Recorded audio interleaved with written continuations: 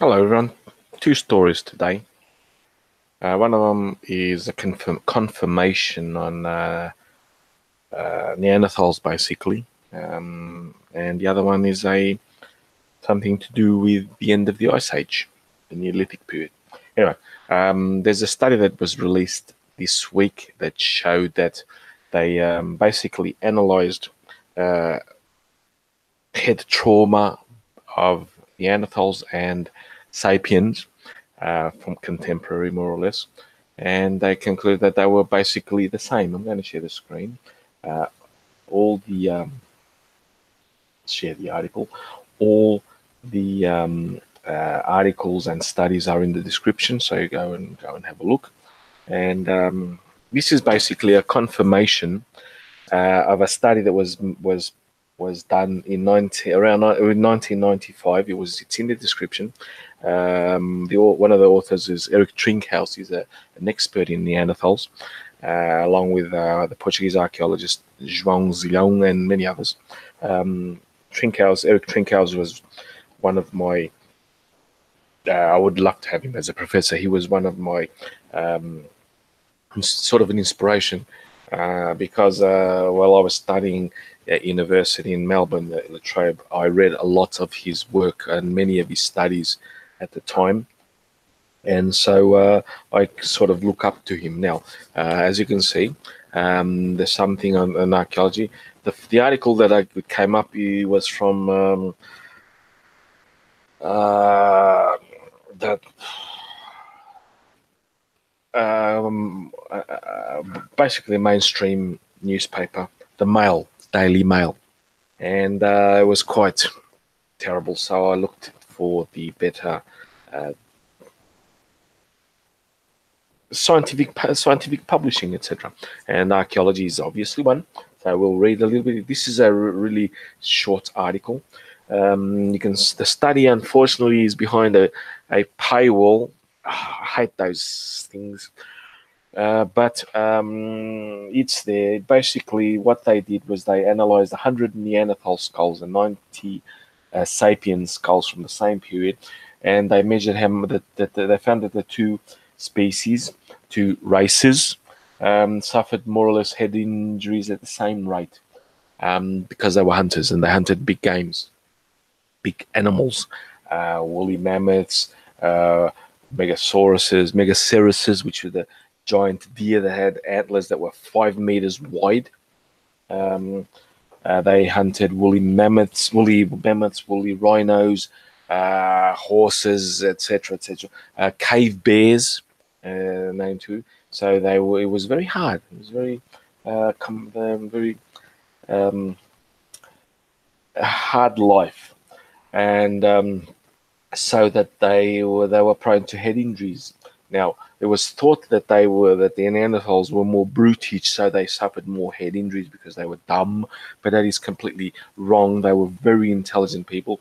In the study, it shows, and some further reading that I've done, I think I've linked enough in the description for anyone who wants to read, that the Neanderthals had a slightly bigger brain mass than we did, so they were not brutes at all. They were very, very intelligent people, and it was believed that they assumed that their lifestyles were filled with combat and hunting with handheld weapons. Because at the moment, at this point, we think we don't have direct evidence, but the hunting strategy that Neanderthals was thought to practice is not of throwing, or they weren't ranged weapons, spears and so on. They will probably we think there's still, we don't know, but we thought or we think that they ran down the prey using fire, using whatever method that they do, run herds using the stampede response in many of the herding animals, where they would run them over cliffs, for example, or if they were just one individual, as you can see from this, the image in the screen, where they would basically face off the animal, in this case a woolly mammoth, and just stab the spear, and many of them would have been injured. That's what they thought.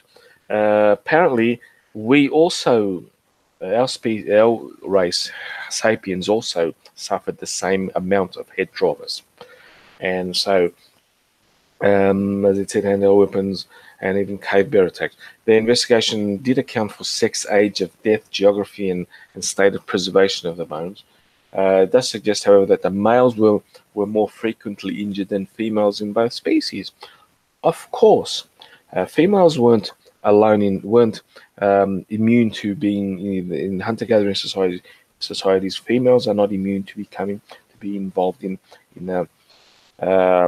violent confrontations with animals. While the female gatherers and the female young children and older males, etc., would be gathering, they could be attacked by animals, etc. So, but not as to the extent of the hunters, the males that would actively pursue the hunting of the dangerous animals. So that accounts for the discrepancy between the two sexes. But they found that also that the children, which I don't know, I couldn't find any information. We don't know why, but it appears that the Neanderthal children were experiencing head injuries at a higher rate than sapien head injuries. So we don't know at that point. And it is speculated that many may have died more often from those wounds. Again, we don't know the causes, we don't know the rates, etc. So that's basically it. This is just basically confirms, is another piece in the puzzle that I hope that one day we can show that, well, at least I'm trying to show, and many archaeologists as well, that Neanderthals were the same. They were another race of humans like us, different obviously, but not different enough that we should portray them as what they are not, to defame them, because they were very intelligent, very caring, very competent humans like we are. We are. So that ends the first story. Now we're going to the second story. I'll get a little bit into the background. Around between 15 and 12, 11-ish thousand years ago, the Earth was ending its glacial grip. We were ending the last glacial maximum. So we were heading into a warming phase, which the Earth was warming. It was quite rapidly. It occurred within 1,000-ish years, 1,000, 2,000-ish years, where temperatures dropped enough that most of the glaciers in Europe and North America basically retreated so far north that they became remnants. And today, they are basically in higher mountain areas or like and continuing to diminish in higher mountain areas of America, for example, the Rockies, Alaska, in Europe, the Alps, Himalayas, for example, and in Northern Europe, we do not. In the Scandinavian areas, we still have glaciers there. This was the ending of the last glacial maximum, but there was an event which is called the Younger Drias, where after the warming period, there was a sudden, I mean, really, really sudden, possibly within a decade, because the scale is in these times is so fast. It probably was within a decade, and the temperatures dropped. There are many causes to them. One of them, which I linked in the description, was that at the end of the ice age, the glacial maximum, because we're still in an ice age, by the way, there were huge lakes in the Americas. One of them was Lake Missoula, which we know when the ice wall collapsed that held that water, it rushed and created the Badlands, and it drained into the Pacific. I think between Oregon and Washington State of the United States. It left canyons. I mean, it gouged canyons, and it left features that we can identify with rushing water. Um, it's in the description that's it. But there was another one which is much more poignant, because this one possibly caused is one of the well, I think is one of the causes of the Younger Drias cold spell, and this was Lake Agassiz, and that covered more or less what is now in the Great Lakes area of the United States and Canada. So there was a wall there, and around 12,900 years, they were around the 12,000 years, 13,000 years ago, the wall that was holding that lake also collapsed, and flooding the North Atlantic with fresh, cold water. Now, there is a current that starts in the Caribbean area that flows north along the coast of the North America, United States and Canada, and then turns into Europe.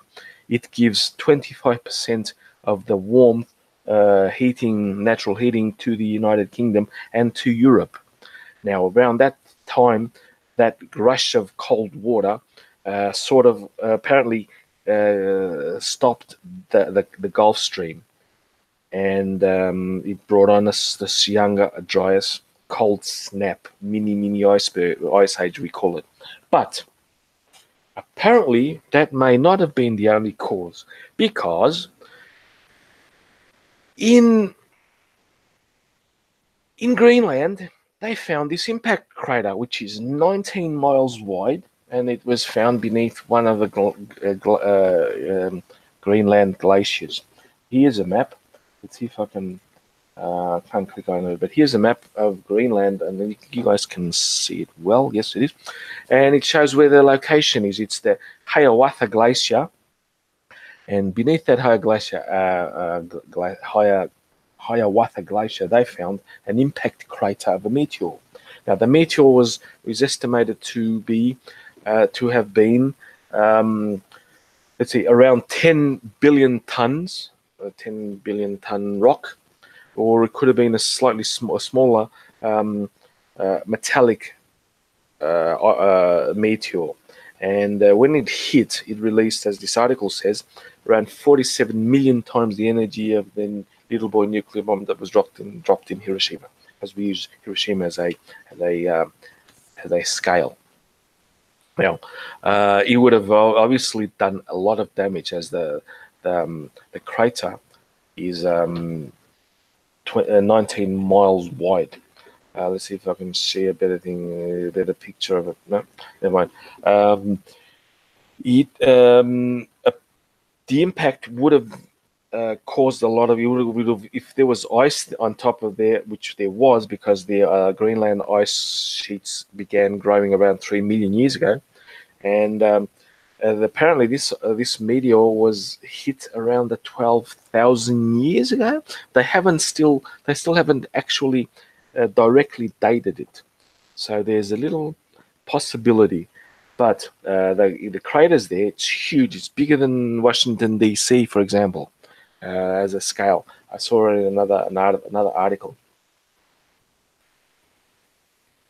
and the impact would have sent tons and tons and tons of material into the atmosphere. The ice and dirt that was pulverized would have, and even created many. The melting of the ice and creating into the vapor would have been enough to drop the temperature of the Earth, because it is a big area, and the prevailing winds, etc., probably would have caused a small, what we know from nuclear blasts as a small nuclear winter. But this is not a nuclear winter. This is an atomic, a meteor type event. It would have caused a drop in temperature, and we know that because when was that funny named Icelandic volcano that erupted, that disrupted air travels across Europe? What many people didn't know that in the 2 years subsequent, I did notice it because I love what I noticed with this. I had a lot of snow in my area. It was around 1999, 1998, 1998, 2000.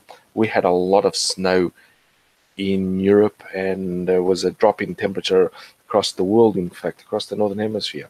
So this meteor, if it hit, and if they do confirm it to be around the 12,000-ish years ago, it would have helped explain why the younger Drias, because the lake Agassiz and the younger Drias, it may even have triggered the breaking of the walls of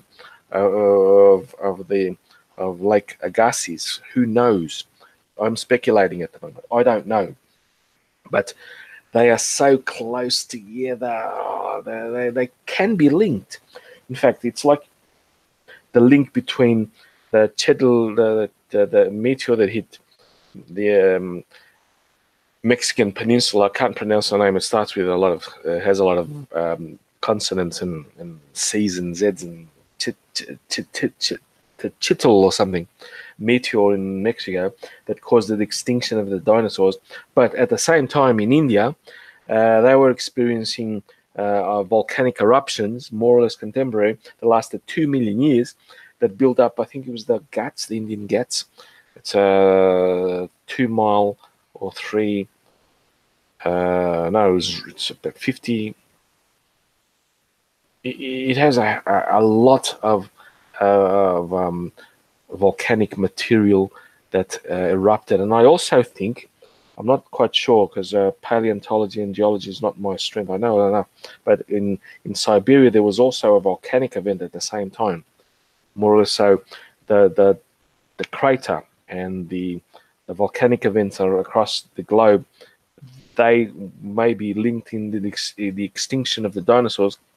So this crater plus the lake, the two lakes that broke, the two glacial lakes, Agassiz and Missoula, could have impacted drastically on Earth's climate and lowering its temperature. So basically, that's the two articles I have today.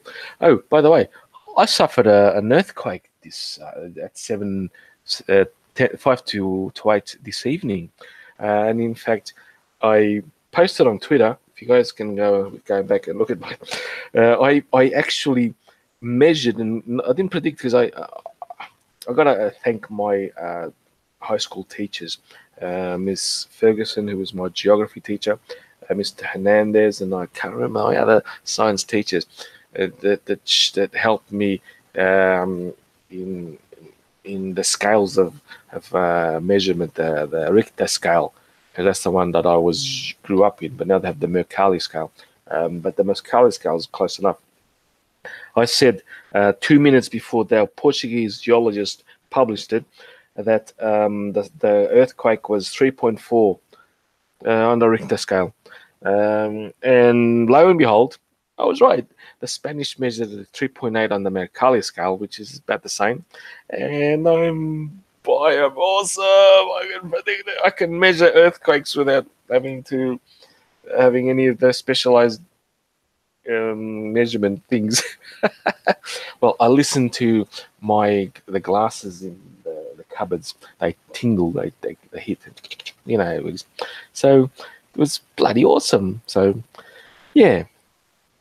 Anyway, I am beat. I'm bloody tough. I used my scientific method analysis of earthquakes. I got all the evidence and how it was awesome. It was like it trembled a bit, and there was a huge sound, I thought it was a jet flying over, as everyone says. It was bloody awesome. So, anyway, thank you all for coming on. This was just a quickie. I was slightly bored, and I had these two juicy articles that I couldn't resist talking about them. So, until next time, my dear friends, and thank you all for putting up with me, and good night.